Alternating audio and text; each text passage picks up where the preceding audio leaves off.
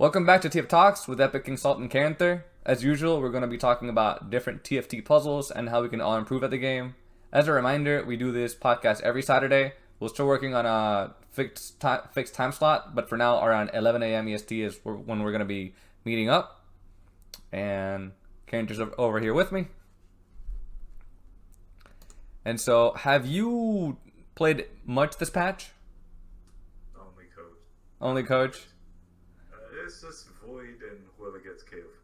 Yeah, it's crazy. I coached someone last night, and they were like, "I want to do Void." I'm like, "Okay, dude. Like, I understand, and we can play the game this way if this is what you want. But I think the more optimal thing is just to play whatever you hit." And no, it's good. It's good to teach Void. People hyper roll it, and it's like, no, you should slow roll it.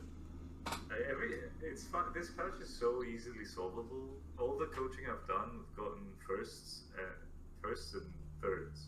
Literally, no seconds or fourths. First wow, and thirds. Played like 15 games, 16 games maybe. Solid. It's really easy, but at the same time, it's really boring. It's so boring. So, I don't know. I think I have played like 2 games, and all the rest of them have been PvE. Yeah, it's just I haven't even tried. Like I pushed back to Masters, and after that, I was like, I'm not motivated. This right here is just like the I think PvE like set 3.5 is coming out next week on the 10th, I believe. Mm-hmm. And so I could learn Void or I could like try to play for that, but it's just why? I don't know. This whole patch has just been really weird for me. So for the next couple of puzzles, I'm gonna have a good match between PvE and live servers. But this time I want to know which of these puzzles you think is from high elo and which of these puzzles you think is from low elo. I think this is gonna be more fun for you than anybody watching. But I put it a good mix, and it's like sometimes you look at it, it's like, oh, that guy, what is he doing? It's like, whoa, he's challenging. Oh wait, never mind. Oh, it's actually nice. There's this series Fnatic is doing. It's like Guess My Elo. Oh really? I think that, yeah, they've done it across like League of Legends, Counter Strike, I think. So it's pretty good. It's a really fun thing. Sweet. Okay, let's see if I can get the first puzzle on here.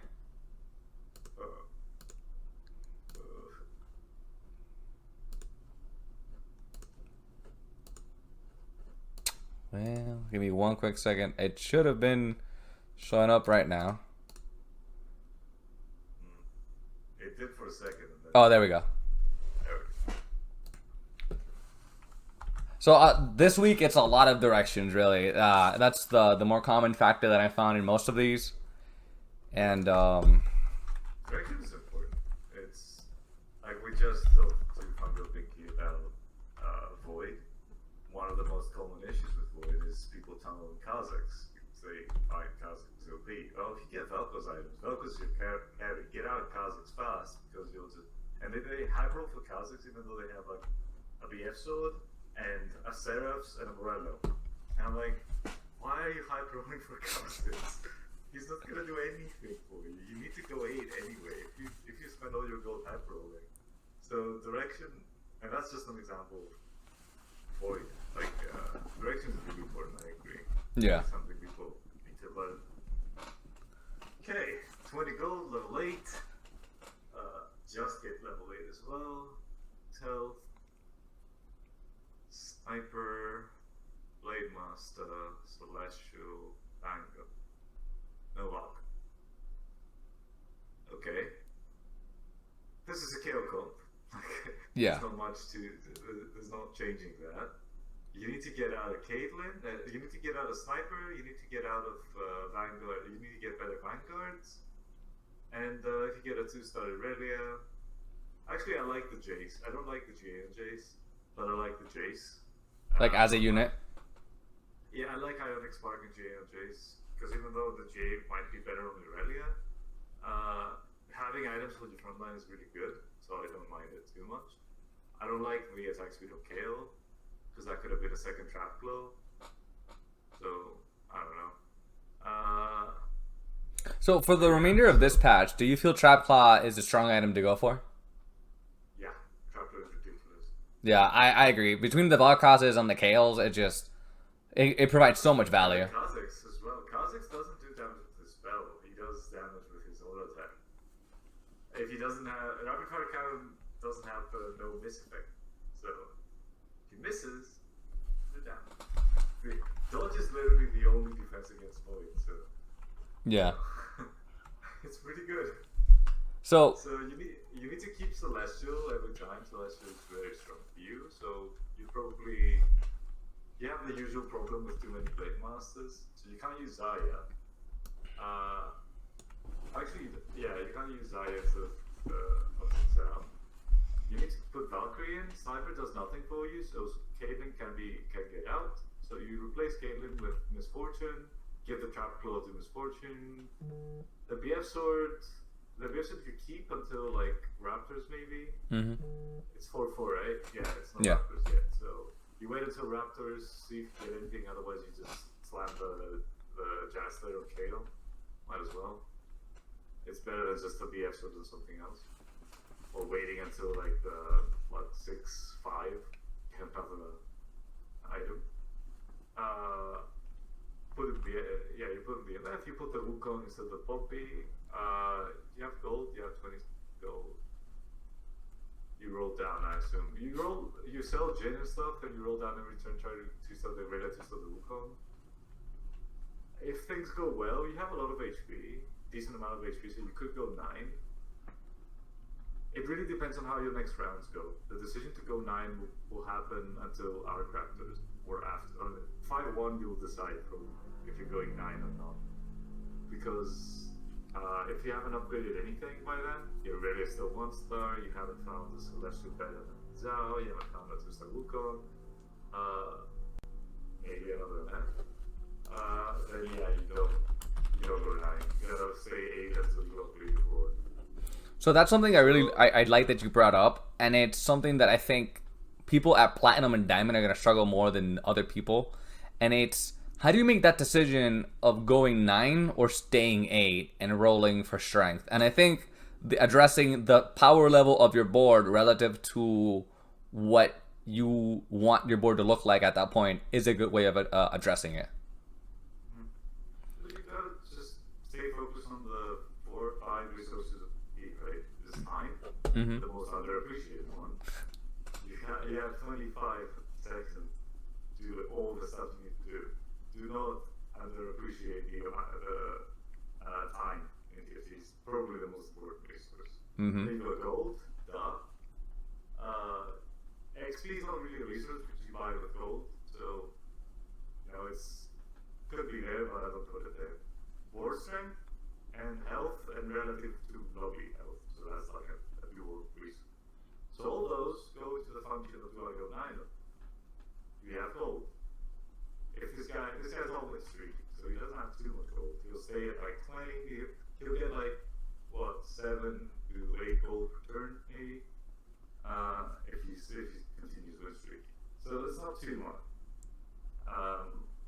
So he doesn't have much gold, but you can make it if this board strength is strong comparably to the rest of the lobby. Yeah, and considering he's second place, I think he should be relatively strong. Yeah. So the position I don't like. Yes, okay, man.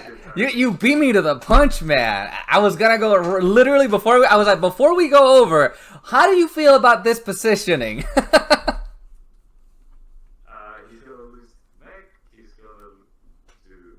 He's good. He's decent against infiltrators if the shed doesn't go far away fast enough. His scale's gonna die to everything under the sun. That's frontline. Like Jace will hit her, mech will hit her, everything will hit her. I don't know why doesn't Zhao is there. Like, if it's a mech infiltrator, if it's an infiltrator heavy copy, I understand this. But even then, like, I would not corner the Caitlyn. Cornering your Traplo is the stupidest thing you can do. You're wasting the Traplo on a fucking Blitzcrank. Yeah, you stand on this for 4 seconds. That must be really important. Whereas, like, you could just corner the Zhao if you jump with it. And if it's an infiltrator heavy copy, you put the Caitlyn right where the Kaisen. will land, and there you go. There you have it. She's dead. Yep. The Kaiser, not the king. Yeah. If there's a Kha'Zix, if it is a Kha'Zix, the Shen is going to die before heals, probably. She's 1-star. So yeah, the positioning in general is super questionable. Also, KO has QSS, so you can put her in the next to ready if you want. She's not going to get hooked anyway. Even by the turn on that. Yeah, my hex is just highlighting right. So a lot of issues with the position. Yeah. What was this thing though? What was it? This was gold. Okay, it looks like gold. So I should have guessed 10 ago. So then we have our boy Gangplank over here. It's a very good again. Man, this one I accidentally forgot all the starring on the top. I apologize for that one. Is it 2-star? It's not because he has a 1-star again in the bench. So yeah. I'm guessing the Jace. I think the Jace was 2-starred. The Jace was 2-starred? Actually, no. Man, I can't remember. Yeah. Let's just assume the Wukong and the Shen are 2-starred, and then the Jace and the Gangplank are 1-starred. I think it's a 6-1 and 1-star Jace. Ouch. How is it 6-1 and he's first with this board? And he had so much money too. This gotta be silver. Man.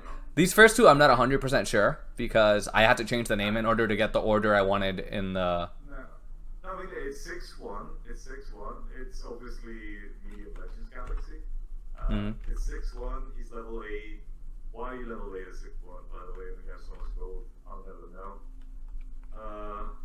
You should be level 9 here. So, leveling/rolling. You failed the leveling part already. Yeah, and that's like the whole point of this puzzle in specific is, so if you're a newer player and you, I feel like because newer players tend to roll a lot more, right? So they'll hit 8, they might not even hit 8, they might actually just stay at 7, right? So they have no idea how to figure out when do I push 9 and how do I push 9. And I think this is a good example. Like, you're very healthy, you're in first place, you have a lot of money, but at this point in the game, you're being way too greedy for the point in the game, because if you were level 9, you would have better percentages overall, you would have more units, you would have the better synergies, because most competitions are ideal at 8, but you can have even better synergies at 9, and so you could use that money to make sure that you stay ahead and streak for as long as possible, because at this point, you're not playing the top 4, you're playing to get first. Yeah, and also that Shen there is hurting my ass. Why do you have no idea? Yeah, he should have like cases on the ad, be a threat probably, or just not have made it at all. Yeah. Use them somewhere. But yeah, should be on the threat. The only decent trash unit on the bench is Blitzcrank. His whole board is, or their whole board is 1-star. I really don't understand how they're first at 6. Yeah. I guess the Gangplank is carrying, but still, it's crazy. I think the big thing here is, would you roll to hit 2 stars, or would you level and then roll? We're 6-1, right? Yeah. Now it's just out of level. Level Yeah. and roll. Not here. He needs like 42 to level, so that's far ago. So you can stack a couple of rounds, get enough econ to... You have 102 econ. Yeah, it's 6-1 though, you take a lot of damage, but since you've been first on a 5 match win streak, you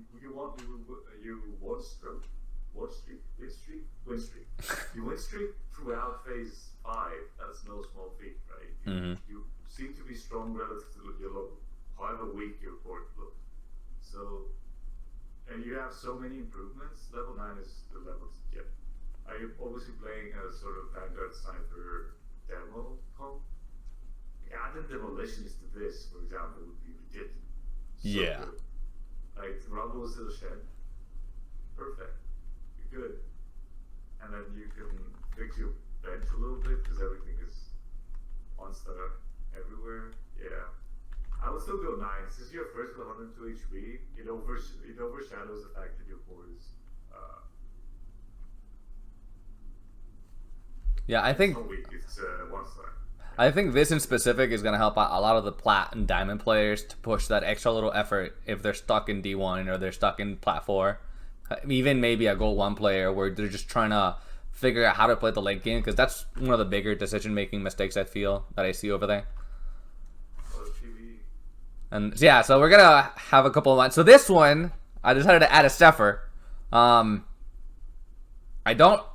Zephyr's kind of hard because, like, how do I tell where the Zephyr is? Like, in the front to the right, to the front to the left.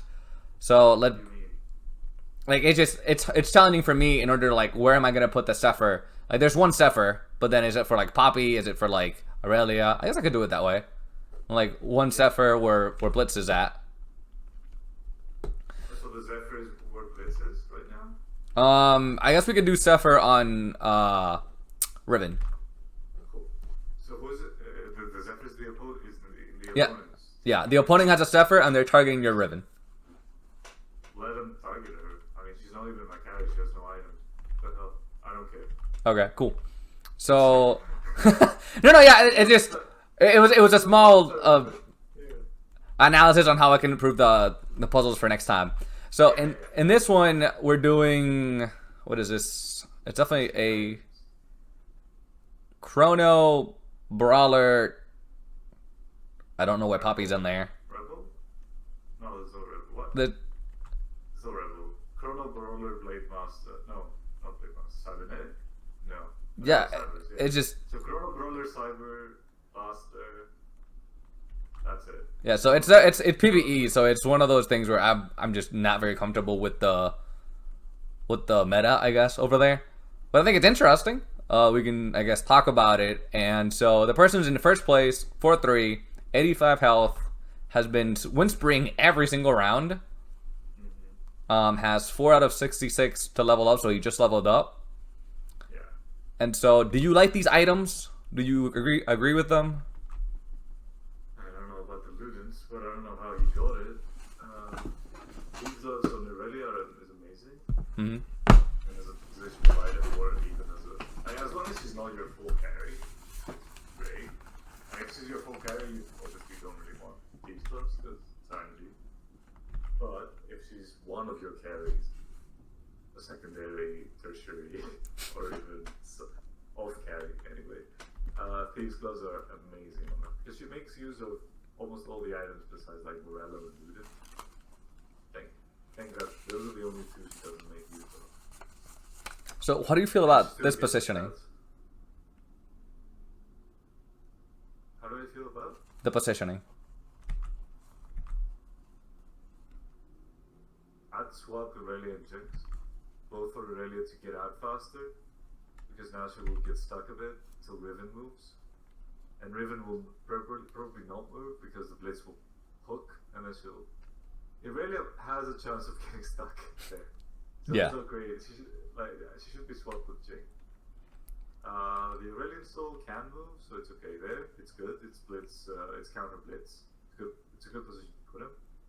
And he's actually just a really decent support unit right now with the mana train, so I don't disagree with him being in there. He obviously had a Leona in at some point, but he replaced it with something else, maybe a Vi, maybe Aurelia, I don't know. I don't know why he has an extra Lucian. Probably get the items off, maybe. So, I guess the fun part for us is, what elo do you think this player is? He's PvE. Yeah, he's PvE, but I know the rank in live servers kind of thing.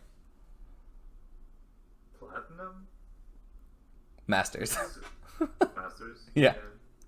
No, it's fine. Like, he has gone to 4-3 first with a very good win streak. I mean, it's tough on PvE because PvE has people trying out stuff. Yeah. And you can have Masters players crashing and challenge players crashing and burning on it. I've seen that live. Oh goodness. So, yeah. So we have another. Anyway, I'm gonna make excuse. We have another PvE one. This one we have a Blitzcrank on the enemy left, like to our left. So basically, it's gonna be Blitzcrank's gonna be right here. Yeah. Okay, I can just put the Blitzcrank unit here or like the Zephyr here. That's a lot easier. Yeah.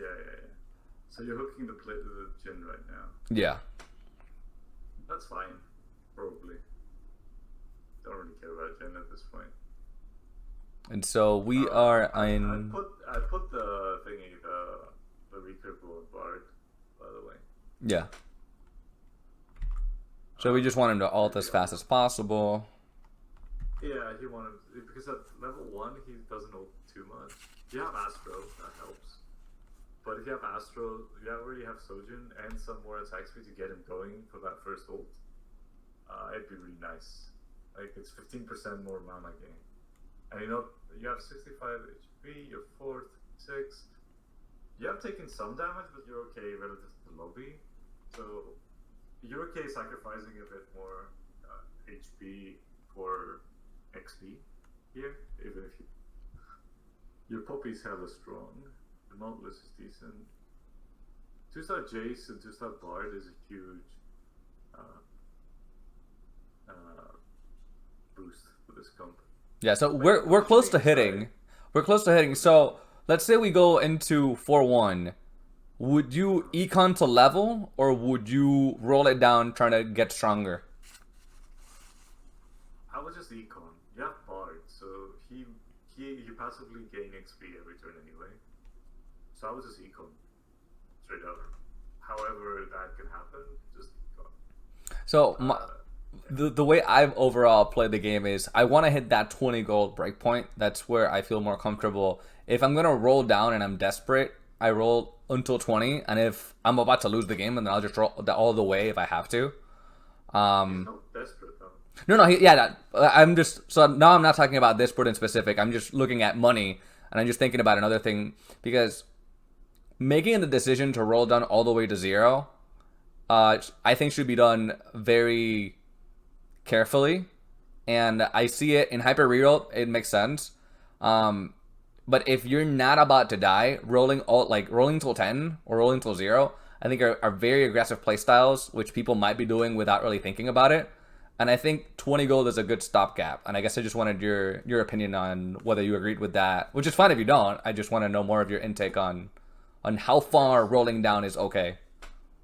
I guess it's really arbitrary. Like, I don't think math-wise there's besides not getting interest every turn, there is a specific breakpoint. It's whatever you feel comfortable with. I mean, I'm sure there's a math perfect solution there. I have an inkling that it's 30 gold. Okay. At least for 5 cost units. Because they're expensive. So it's not just rolling and finding the units, it's also buying them. So if you're looking for 5 costs, 20 gold, probably not enough. Unless you're lucky. As far as the positioning for this one, since we're discussing positioning, 2 things I would have done. One comment and 2 things that I would have done differently. It's good that he doesn't know that they don't have a backline positioning because they're playing snipers. Snipers want the opponent to be far away. Yeah. So don't do backline positioning for playing snipers, please. That's the comment. The 2 things I would have done differently is, since the Blitzkrieg is on the left, Jin is more important than Teemo, so swap them up. And I would, in case of infiltrators jumping in where Jin was, killing my Bard, I would put more things. Right now, Bard is my most important unit. I don't want him to die. I want him to generate XP for me so that I don't have to worry about XP and that I can decon. So I want my Bard to stay safe. Probably put him above Teemo or Jin when he gets swapped over there. And maybe put Jace a bit closer to him to move forward and meet whatever is diving down. Or maybe just leave it like that and just have the Bard tucked into a corner, because yeah, I don't like Bard dying in this. It's gonna be bad. So how would you feel about putting Jace here, Bard here, and then moving Nautilus to 1 to the left? Yeah, could be decent. Maybe Jace where he is as well, so that anything that comes in doesn't hit both Jace and Bard if it has AoE. Like if there's a Nard there, he won't hit the Bard. So in general, I think positioning-wise, this person has to make sure that his Teemo, the weaker unit, as far as auto attacks are concerned, is protected. Is the Blitzbait, his front line needs to stay where it is, and the Bard is the most important unit he has to protect. Whatever, like the positioning has to follow the rule of protect Bard. If there's a scary Gnar that will jump into the Bard and throw him to the enemy team, put the Bard the other way. If there's a blitz, as you said, put the Bard where he won't get hooked. If there's an infiltrator, put the Bard on the other side. Protect the Bard. That's in this one, because a lot of it depends on it. So obviously, if you find a 2-star Bard as well. in defense of this player, I put the Blitzcrank outside of his board state because I don't have enough time to like look at all of the enemy boards and see how many Blitzcrank. Hopefully, my again, the goal is for somebody to send me their board and they can tell me how many Blitzcranks there were on his game or her game, and then I can go off of that. But because I'm just nitpicking and I want to have more Blitzcrank ideas, I put that there. But I really like the Bard comment. I don't think they did anything with it, or they didn't address it, and I don't think they were thinking about basically making like considering Bard their most important unit at this point in the game. And so the question here would be, what rank do you think this player is? I know it's still PvE. It's always a lot more difficult. I do want to say this person has played a significant amount of PvE though.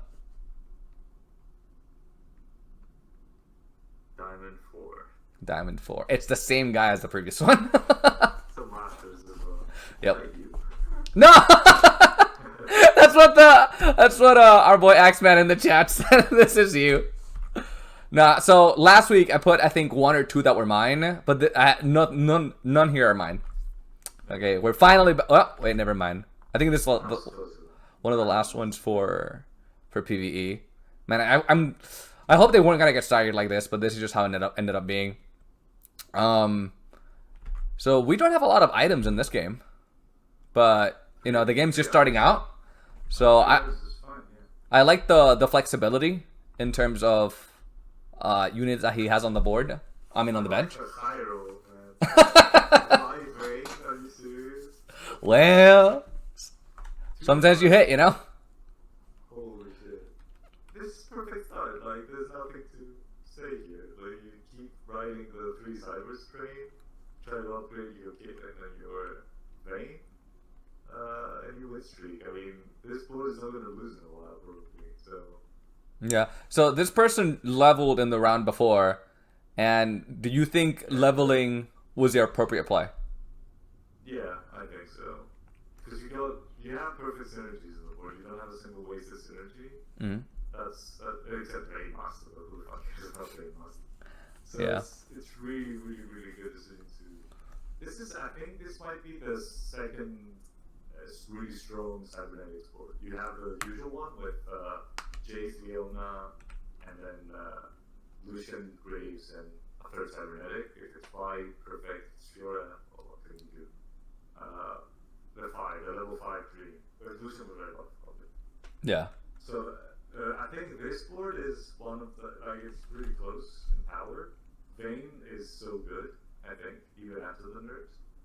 So yeah, I like the positioning. I don't think you need to put Fiora back there, because first of all, you're kind of invalidating Bliss's hook, because Vi will hit the hook person for a bit and then just bugger off with a hook. Mm-hmm. So I would put the Fiora close, like next to Blitz, maybe. Because Vayne, if she gets infiltrated, she'll just ult and lose aggro. Yeah, that's awesome. Well, it's just I don't know. I think it's a cool interaction. Yeah, I love it. You can't econ if you don't survive, so you don't survive, you're fine. And yeah, you just go on. You ride that wave. Itemization. I don't know about the Jazz player, but it's not bad. All day. I think they're just trying to use what they got, and they have a strong board, so we use items to try to win spree. Because this way, I think we can play power level. Like that's our game strategy this game. And we have Vanguards, we have Cybers, and we have Brawlers. So based on what we have, I guess those are... Yeah, so we basically let the game tell us what we're playing. Yeah. I like going 6 Cybers early and then positioning out of 6 Cybers actually, because it kind of weaken the end game. So getting the late game, that's kind of weaken the end game. And then what I've done is I go 6 Cybers, the full 6 Cybers, with items, either Vayne or Relia carry, whatever I get. If I can get a red buff, it's good, but it's really not necessary because you can't always hit blaster in that easy. Mm-hmm. And then, yeah, because usually you want like some more frontline, so either another brawler, another vanguard, maybe a sniper for Vayne if she's your carry, maybe a blade master for Relia. So it's kind of tough at level 7 to hit more cybers. And then you keep leveling. And when you hit the Echo, you slowly make a board that is 3 cybers. Echo is super strong. And I generally keep like Vi, Echo, and Vayne or Relia, depending on which one's itemized the stronger. And then build the board around them without the 6 cybers. Because it's so much more versatile. I've won a game with 6 cybers as well. It was good, great. But I feel it's a bit weaker. The units are so much stronger because of Vayne and Echo. But I feel like you are so flexible when you play 3 cybers, since the units again are so strong with just one item, and they give your board an overall big strength. And you play like Riven and I think I played Caitlyn, Riven, and got Chrono and Sniper for Vayne. Definitely an infiltrator. I don't remember which. Relia. Another blade Shen, not Caitlyn, Shen. And then I had Ashe and Lulu and a Mystic, I think. I think that was the board. So like 3 cybers and whatever fits the boxes to help them, to enable them the best.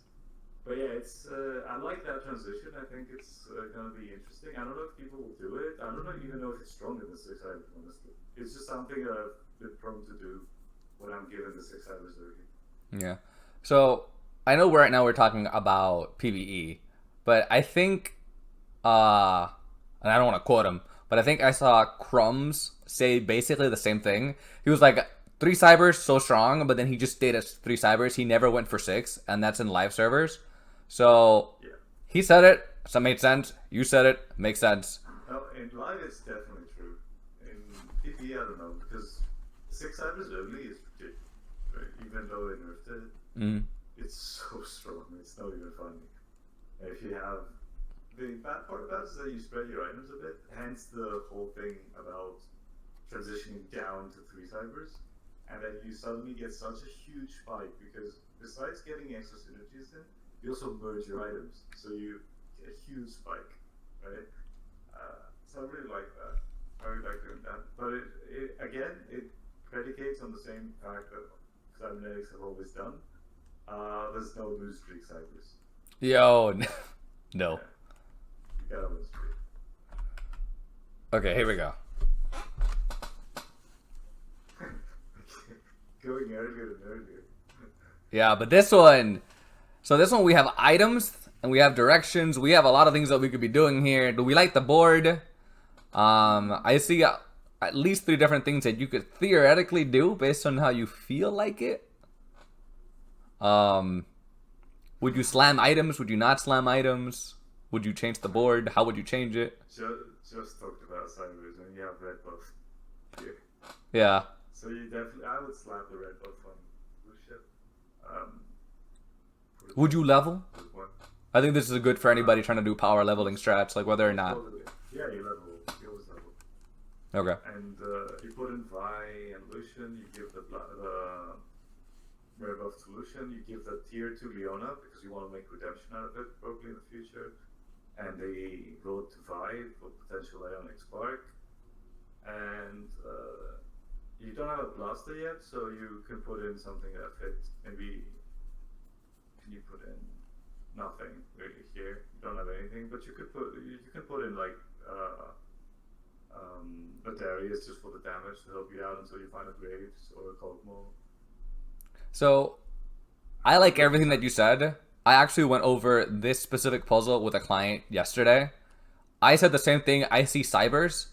The person playing this actually went Space Jam, which is why I put the 2 Jin Jiaos in the shop. And I was like, well, it's so interesting to me that I see the game completely differently from this player.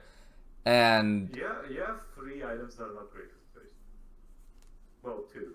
Armor's great, but with Space Jam, you do not slam any of your items right now. Yeah. With Cybers, you do. That was my thinking. Like, I saw Darius, I saw a Rod, I'm like, could we go for this? But then I saw that you have red buff, and red buff is slammable. So it gives you instant effect of the item you want. 2-1, the counter argument is 2-1. Wait, see if you get a Graves, because that makes the red buff so much stronger. If you don't, you might regret it. I'm like, no, I'm not going to regret slamming red buff on a Yeah, you're not. I mean, yeah, I'll find a Graves or a Kokomo. There's no way. Yeah. So yeah, I think it's always not Space Jam here. So I think, and you didn't slam the rod into any item. You can still go Space Jam if you want. I think the thing here was they got hyper fixated on the units while we were looking at unit and items and what we could go into. So I think that's like the big thing. Okay, why did that one, man? Okay, that one was supposed to actually be the surprise. I managed to make a carousel, which is something I haven't done before.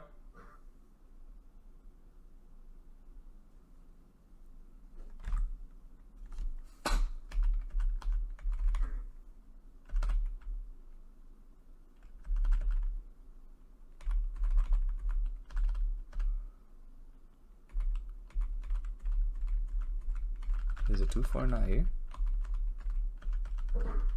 Oh, that's weird.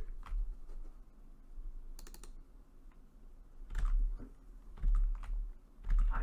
Sorry. No, you're good. Okay. Why is this one? It's 2-1. 2-6. Hello. Oh, that's... I'm trying to... Hey. Yeah, give me one quick moment. I'm trying to figure out... Because I wanted to show you... I wanted to leave it for last, honestly. Okay. I'll close my eyes. Supposed to be... Seen that thing. 2-3. Oh, okay. Yeah, so we had the we already talked about this one, right? Right? So for this one, we have this board, and then next turn, we go into this carousel. So we were... I don't know what place we were. No, we won both rounds. So let's say that we high rolled, and we are second to last pick. So what goes through your mind when you're watching this in the carousel as soon as you see it? Okay, so I look at my items.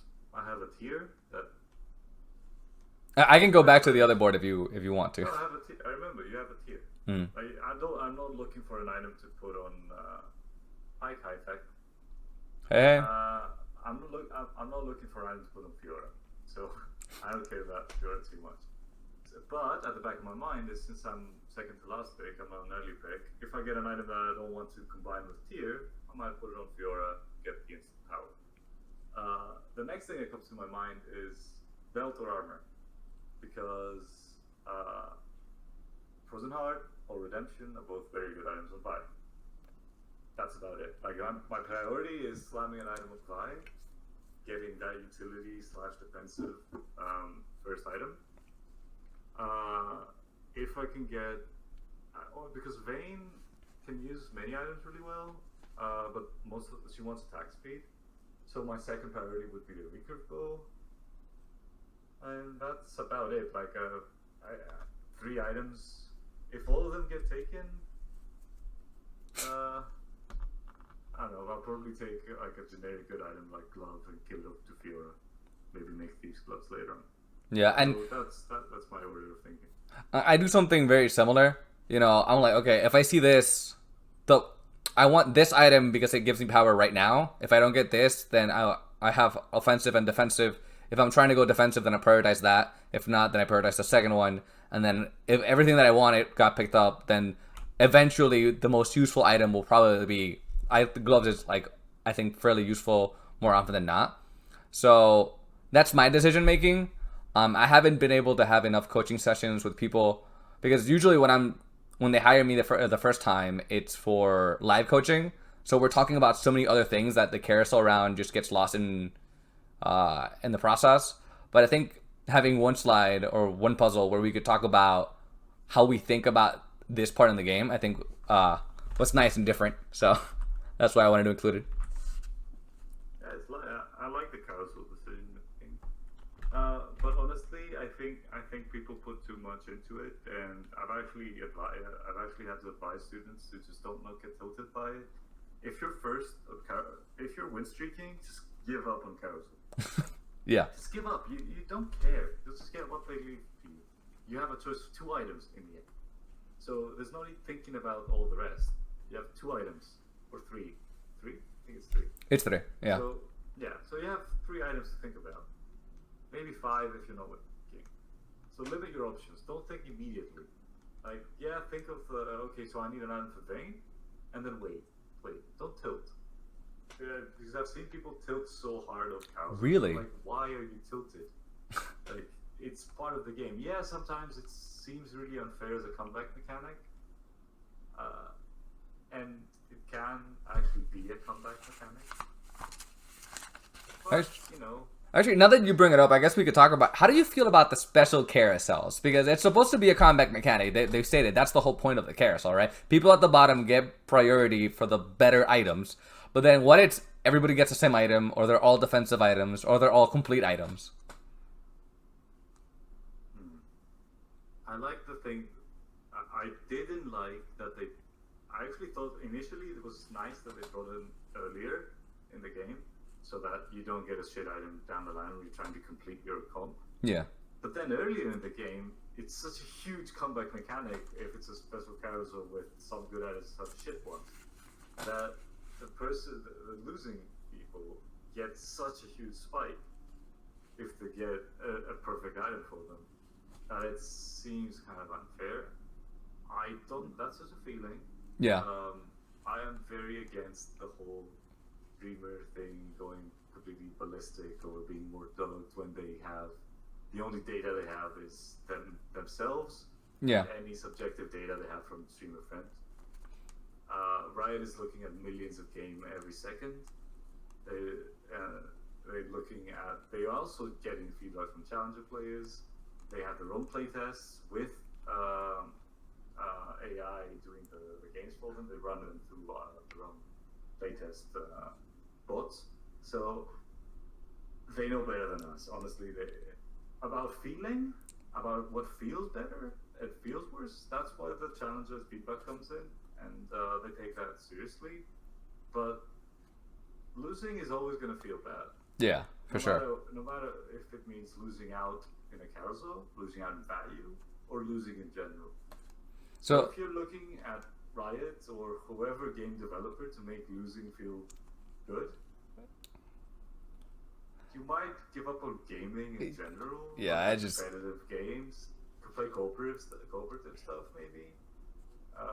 Play MMORPGs and don't PvP. Yeah. No, I'm not even kidding. That's a very nice way to, because when you fail together, and you just get up again. Talking about WoW. Yeah. If remember about special carousels, that's my thinking. Just they're good where they are. They don't feel that great. It's fine if it's the same item. It's just boring. And yeah, just don't get tilted by them, and don't blame Riot for it. Have you had students like blaming Riot for it or anything of the sorts? Me? No, students. Students always, if they watch streamers, they regurgitate the whole more dog or Riot fix RNG. Oh, really? Okay. It's just I've had more often than not like low elo players, so I guess I don't really watch that many streams, so they're not as into that aspect of the game. Yeah.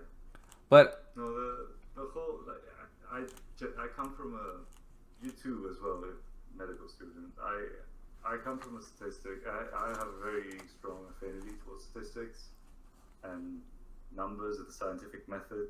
Yeah. And at the same time, perspective taking, seeing at things not just from your own side, but trying to look at them from other perspective as well.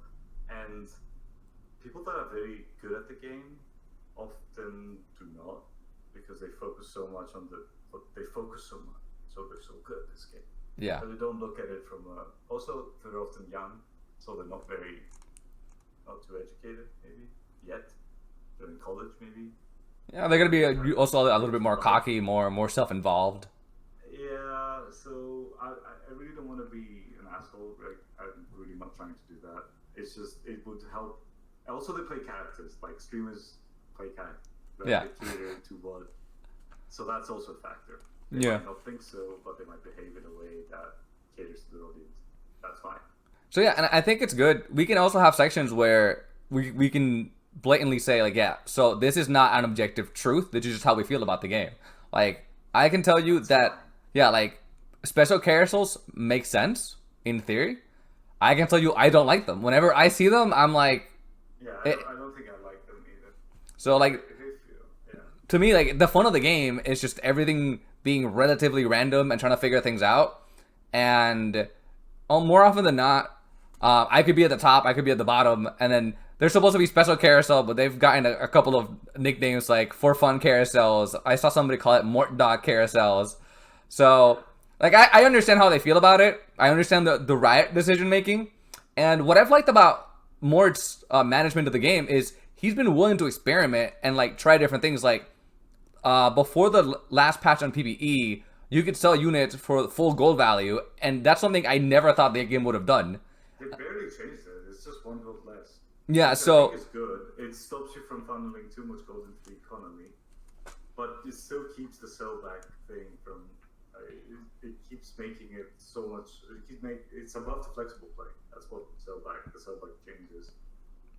As far as for fun carousels, I think the only one I like, and I think the only one that should definitely stay in the game, are the extreme ones. So the really good items one, where it's only good items, and the really bad one, where it's like not bad one, but it's like Frozen Heart, Zeeks, all those items.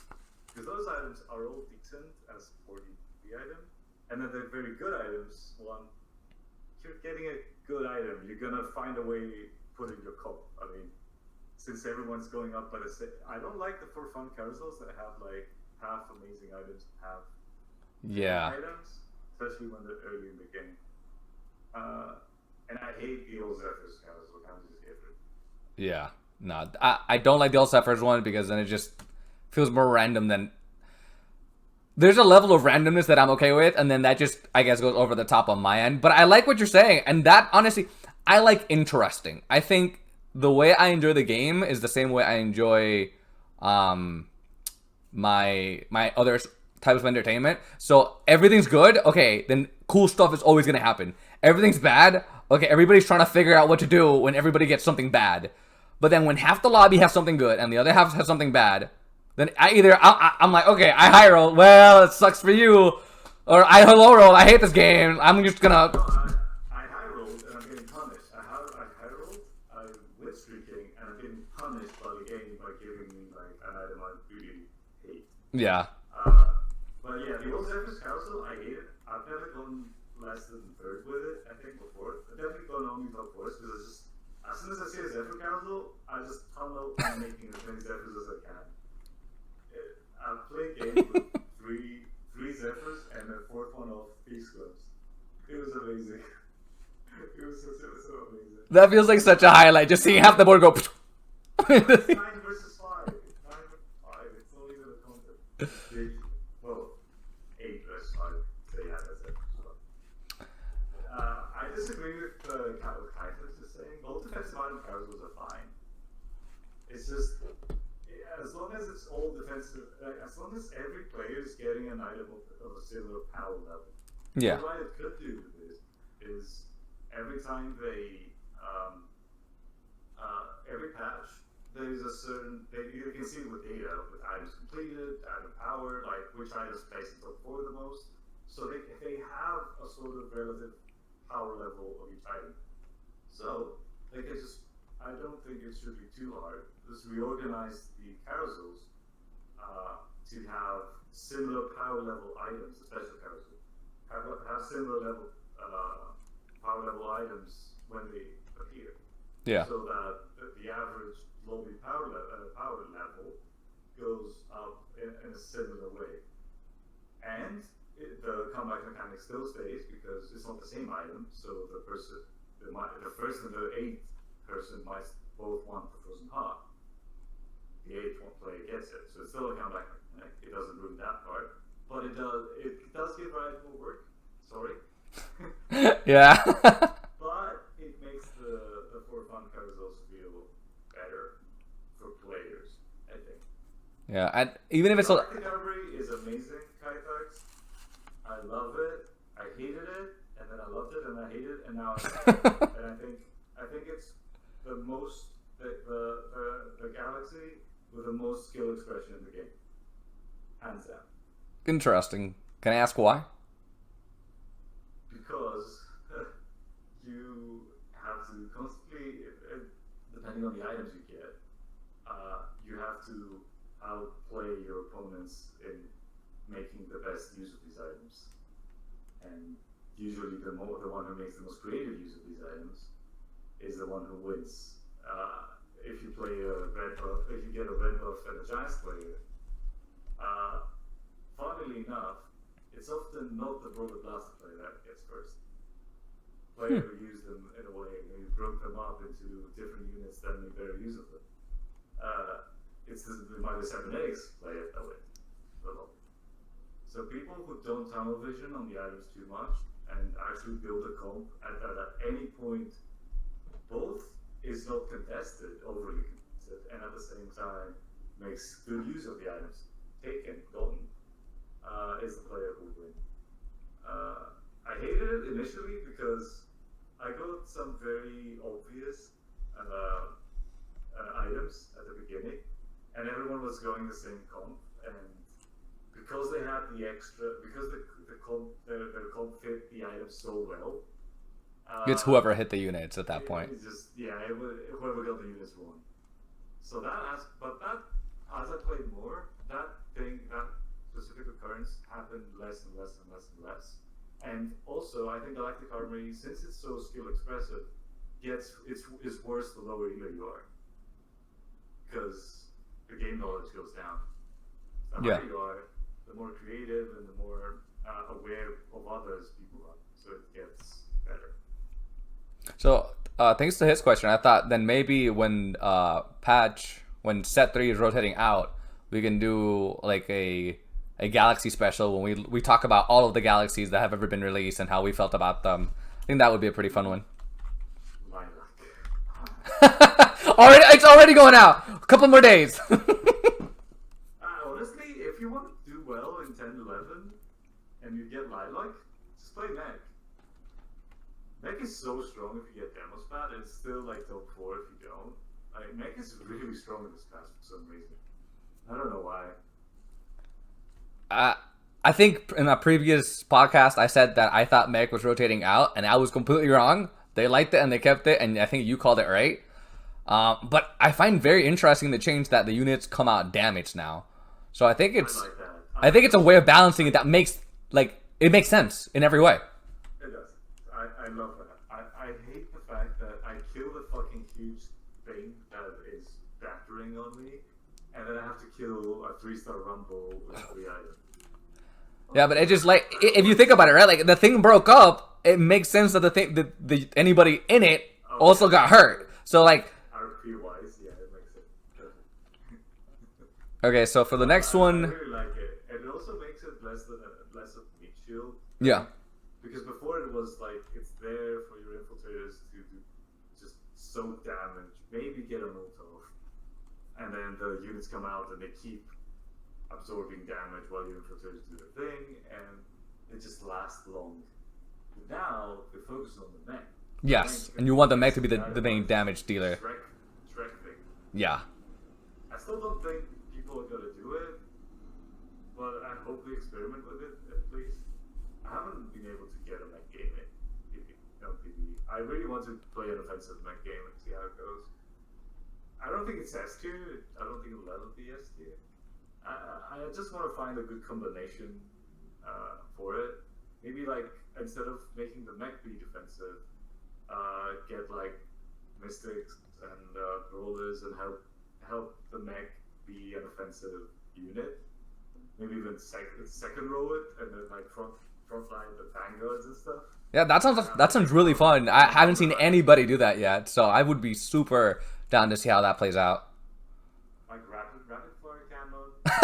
Oh my god, that giant sword! No, rapid fire cannon, jet blade, Ginsu's mech or something like that, and then have a front line.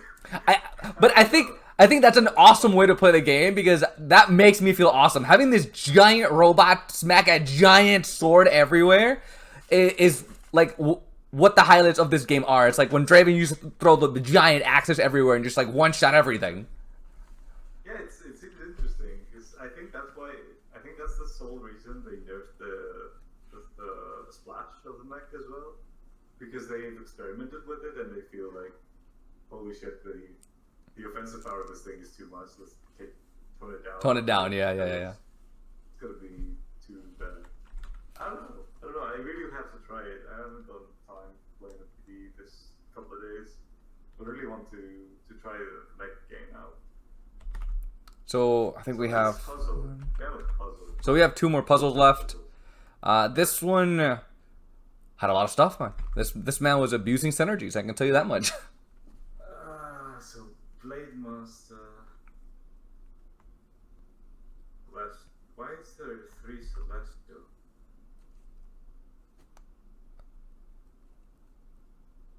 Okay, the Zaya does nothing, but she has to go. Is this PvE? No. Right? No, this is live. Okay. So the Zaya is doing nothing. Dead unit, literally dead. Well, not dead, just gives you Blade Master, but any other Blade Master would be great there. Even Fiora with an item would be better. 1, 2, 3 Chrono, another wasted synergy. Why do you have Sniper for 1-star Ash with QSS? You don't need for Chrono. You have Chrono. There's so many dead units. Like, Direction is weird. You have no frontline. Morda is better than Caitlyn at this point, probably. You have a 2-star Karma. He's obviously playing his best board until he goes Darkstar. I mean, that's what he's trying to do.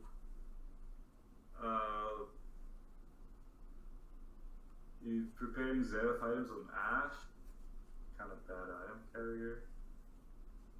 I feel like it's okay to go Darkstars, but play your best board. This is definitely your best board. Like Jhin instead of Caitlyn is definitely better.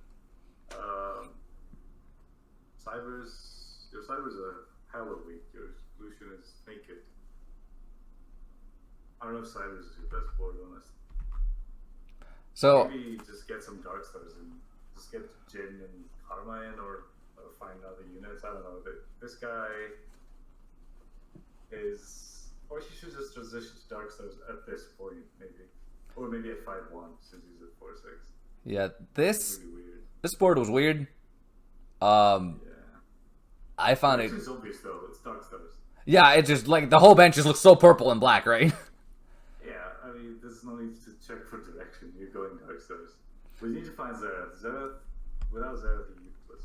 Darkstars. So, what elo do you think this player is? Going to 4-6, playing best board with 72 health. He's either very low because his opponents suck, or he's very high. I'm not gonna go in the middle. I'll just say diamond and whatever. It might be gold. It might be diamond. I'll just say diamond. Challenger. Yeah, close. I told you, it's either very high or very high. So yeah, it's interesting though. Like you saw what I did to check this. Mm-hmm. He's obviously playing best board. Yeah. He has high HP for 4-6. He's not win streaking, so he's definitely not the strongest guy in the lobby, but he's fairly strong. And he fast 8 because he has 20 gold or 29 gold, whatever. And he just hit 8. And he obviously knows what items he's going for. So yeah, all that you saw So there's a lot of telltale signs here that this person knows what they're doing, even if it might look sloppy at first glance. Yeah, but he's playing the person's best board. I don't know if this is best board, honestly, in this case. The thing is, like, I think we have to be fair, right? Because we can look at this board without rush, and just looking at it, okay, that synergy, this unit, okay, this makes more sense. This person has 30 seconds. Okay, okay, good enough. Is it slightly better? Maybe 30 seconds are up. So I always like to give anybody that just I take a picture of their board a little bit. You have so few items though. Did you just not put them in? He has like 5. Is the phone Is it Phone Galaxy? I think it was a Fun Galaxy. I don't remember if they had more items. This one is not complete because I didn't have the his positioning. Maybe the Jin items are in Caitlyn. Yeah. I would just swap Caitlyn for Jin. Honestly, it doesn't give you anything. Like Caitlyn is useless compared to Jin. So do you like his positioning here? Sorry? Do you like his positioning here? I assume he's doing it because of infiltrators. None of these units he has is particularly good in the front line. The thing is, I don't remember this one having like a lot of infiltrators. I take multiple pictures throughout the week, so I just can't really remember all of them. But I think I put Shen in the front line, but that's about it. It's 1 star, so depending on lobby strength, let's just get obliterated. So cast at the positioning, I'm not too sure about. Also, you want cast it to just he usually survives enough to just ult once. So I would probably put cast it in the front line. Other than that, though, it's like. So this is the last one. Again, this one's still pretty early. I think I need to take more pictures in the mid game. I see a lot of good things. Ari's an amazing item carrier. Slammed Jitsu's and Rabadons is kind of weird. There's strong items, but I mean, you can go KO very well from this point. For example, I don't know if I would have slammed the Bramble, but you can go because it kind of limits you. I think Frozen Heart was a better option than just put the extra armor on to become a GA or to become a GA. Yeah. Either for KO, for GP, you can go GP goes boom with this. There's many options that you could go towards, and otherwise the items are really solid. Because Bramble is a good frontline item, it's very good early, but it doesn't fit many comps as a carry item besides mech. Yeah, like Frozen Heart and GA is going to be a lot more flexible than Bramble and then Frozen Heart GA is so much better. So yeah, 6, you're 2 streaking. Probably want to go to Krugs with a win streak. So yeah, I don't know. I think Frozen Heart armor was a better call. Other than that, we don't know how they got their items. The direction is limited by your Ginsus a bit.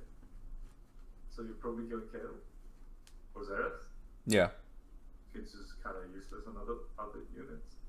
TF, TF is also, just to note, TF is also a really strong item carrier. It's really good with Ginsus, usually good with Pravadons. But you're closer to a 2-star Ari anyways. Might as well. Yeah, other than that, I might replace Star Guardians is useless. I might put in Vanguard. That's my own. Yeah, so based on what you talked to, like what you referenced here, I think it's pretty straightforward, right? This is a challenger player as well. Yeah, he's playing strongest, but this could be mismatched slots. This is actually Pulse. Pulse, yeah. Yeah. Well, they have a similar early game play style, so it makes sense that you do that. He's prioritizing Star Guardians over Vanguard. He has a 2-star Shen, so Vanguard it might be overkill over the seed from Zoe and the Star Guardians. It depends on the lobby, yeah. But yeah, this is obviously a player who plays flexibly and plays for because of all this land item.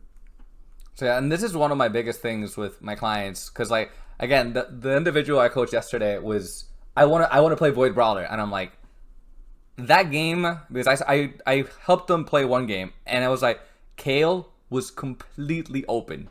You had no need to force the composition, and the thing is, it was low elo, right? So somebody did like something chrono, so finding level 3 Twisted Fate was a pain in the butt. There were 2. You don't need to 3-star Twisted Fate for chrono. No, the thing is, like, it was the only unit that we could 3-star because there were 2 other Void Brawlers contesting him. So our board looked really weak because we hyper rolled for it. Don't hyper roll. Just slow roll and go for Velko. And make Velko's your carry. Then we'll focus on the Kazakhs that fight over the items and leave your sorcerer items alone, and then you beat them with Velko's. So Velko's 3 will be a win condition.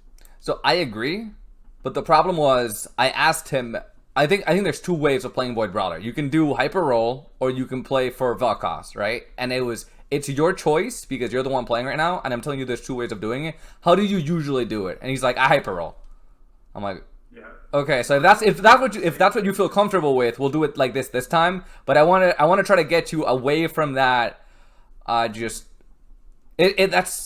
there's a word for it. It's where you feel comfortable, right? It's your comfort zone, and I want to get you out of that. Take them out. Yeah, take them out.